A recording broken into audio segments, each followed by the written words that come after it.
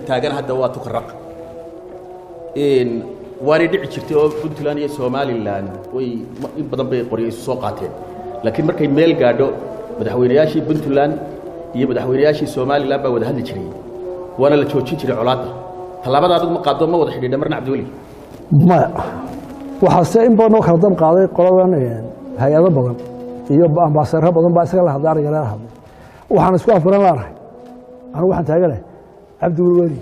muxuu ka rabaa tukarraq anu xadkii Somaliland baan taaganahay oo 7 kiiloomitir hadhay isna wuxuu taagan yahay maxaa tukarraq loo yimi qoladana dhexaad saarintaa way fahmi kari waayeen waxaan isku haysan waayo anu kawada tukarraq xadkii baan ka hadlaa marka uu sabab aan anagu hadli karnaa oo deema taalo in badan baa loo kala dab qaado hadal telefoon qolo walba ila soo hay'ad waxa ugu dambeeyay hay'adan maxaa la yiraahdaa Maxamed Cabdullaahi Umar ayaa laba goor iyo ula soo hadlay labada goor waxa way horta ha ogolaado inay Soomaaliya jirto xadkii Soomaaliya isugu ku jiro oo 7 kiiloomitir hadhay isna wuxuu taagan yahay tukarraq waa Puntland markaa baan ka hadlay